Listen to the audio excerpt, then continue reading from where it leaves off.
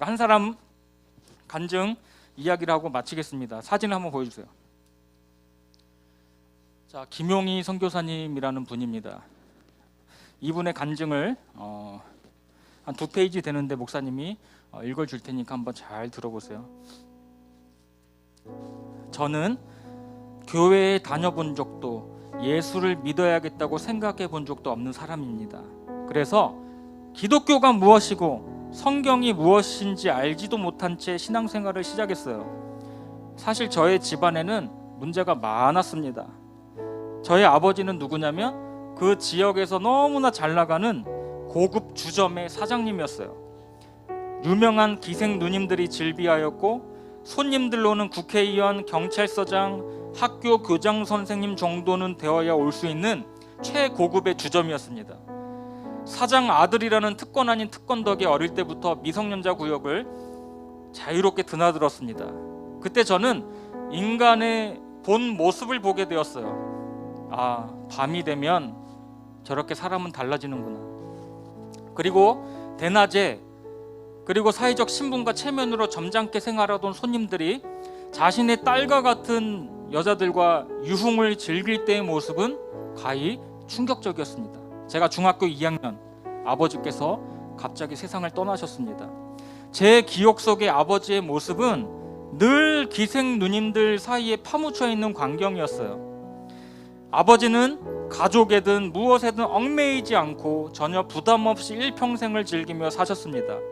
세상에 존재하는 놀이, 세상에 존재하는 쾌락 다 누려보신 것 같았습니다. 당시 기생들은 외모뿐만 아니라 노래와 춤, 시와 감상, 오늘날의 웬만한 여자 연예인들 저리 가라 할 정도였습니다. 그런 여인들과 함께 있다가 집에라도 들어오시는 날이면 그때는 술주정이 발동해서 어머니와 저에게 말로 다할 수 없는 주정을 새벽 4시, 5시까지 부리곤 했습니다. 남들 다 자는 시간에 저와 저의 어머니는 사느냐 죽느냐의 시간을 넘나들기를 수차례 겪었습니다. 툭하면 집에 불을 지르려고 하고 어느 때에는 같이 죽자며 장전된 총을 이마에 갖다 대고는 안전장치를 풀기도 하였습니다. 그때마다 저와 어머니는 무조건 용서해달라며 울며 불며 매달렸습니다. 어린 나이에 저의 가장 절실한 소원은 아버지가 빨리 죽는 거였습니다. 그러던 어느 날 아버지는 갑자기 비명횡사해 버렸습니다. 그런데 그 많던 재산까지 다 날리고 돌아가셨습니다. 한순간에 우리 가족은 알거지가 되었습니다. 가난한 뒷골목에서 하루하루를 힘겹게 사는 것이 얼마나 어렵던지요. 아버지만 없어지면 모든 것이 안정될 것 같았는데 아버지가 안 계시니까 아버지를 통해서 공급받던 것이 다 사라지고 얼마나 두려움이 몰려왔는지 모릅니다. 저의 학력은 중학교 2학년이 전부입니다. 제가 소유한 자격증은 일종 운전면허 하나뿐입니다. 찢어지게 가난한 삶 속에서 굶주리고 험한 뒷골목에서 매 맞고 자란 것보다 더 무서웠던 것은 제가 태어난 이유와 삶의 목적이 전혀 없었다는 것입니다. 세상을 뒤집어 엎어버리고 죽겠다는 용기도 배짱도 없는 너무나 소심하고 자격지심에 시달린 인생, 모든 것이 허무하고 아무런 존재의 이유도 모르는 연약한 자, 손목을 긋고 죽을 용기도 없던 놈, 그것이 바로 저였습니다. 어머니조차 한평생을 욕을 입에 달고 사셨던 분, 기분 좋을 때는 연병할 놈, 욕 좀 할게요. 정말 좋을 땐 육실할 놈, 제가 가장 예쁘고 마음에 드는 날이면 이 망할 놈의 새끼.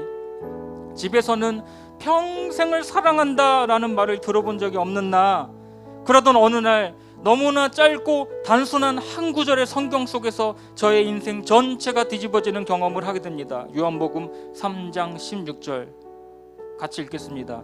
하나님이 세상을 이처럼 사랑하사 독생자를 주셨으니 이는 그를 믿는 자마다 멸망하지 않고 영생을 얻게 하려 하심이라.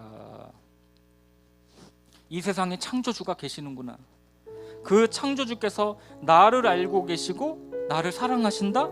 이 꿈같은 그리고 도저히 믿을 수 없는 말씀이 내 안에 들어와서 살아 움직이기 시작했고 그 주님께 미쳐버린 사랑과 삶을 살게 되었습니다.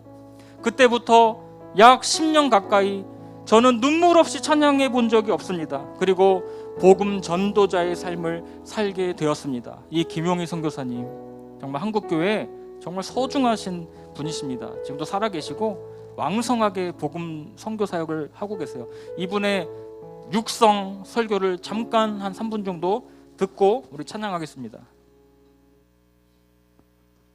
십자가 이 복음 외친 지 30여 년이 지나도록 이렇게 복음을 외치고 오는 동안 나는 이런 말을 잘 이해할 수 없습니다. 과거에는 뜨거웠었는데 지금은 신앙생활 오래 하다 보니까 지금은 식었다. 이런 얘기를 전 잘 이해가 안 됩니다. 저는 잘 모르겠습니다. 날이 가면 갈수록 시간이 흐르면 흐를수록 내가 나의 한계를 경험할수록 내가 이런 줄 뻔히 아시고 나를 사랑하신 하나님의 사랑을 알아가면 알아갈수록 어떻게 더 미치지 않고 어떻게 더 전부가 되지 않고 어떻게 살 수 있는지 난 잘 몰랐습니다. 꼭 그렇게 예수 믿을 필요가 있냐? 꼭 그렇게 극단적으로 해야 되느냐? 이 말 많이 들었습니다. 저는 그렇게 못된 게 한이었는데 사람들 눈에 보기에는 극단처럼 보였습니다. 근데 저는 이제는 압니다. 이제는 더욱 외쳐야 될 때가 됐습니다. 세상과 하나님 사이를 적당하게 양다리를 걸치고 사는 걸 균형이다, 세련된 거다, 전부 그런 식으로 사느냐, 이렇게 말했던 사람들에게 이제야 비로소 나이 이만큼 먹고 더 궁금할 게 별로 없어 보이는 이때에 더욱 외칠 말, 오직 예수 그리스도. 다른 거 다 그만두고 나 모자라고 부족하고 부끄러운 것만 있지만 감히 말하고 싶은 건 여러분이 나와 같이 되기를 간절히 원하나이다. 예수의 홀랑 미쳐서 예수면 충분하고 예수 사랑 십자가 사랑이면 더 말할 것이 없는 예수 사랑 십자가 사랑이 이민족 교회가 붙들 마지막 축복이고 능력이며 영광입니다. 지구촌 곳곳에 흩어져 지금도 그렇게 어려워 보이고 힘든 길을 걸어가는 사랑하는 동지들에게 지금도 말하고 싶은 한마디가 있습니다.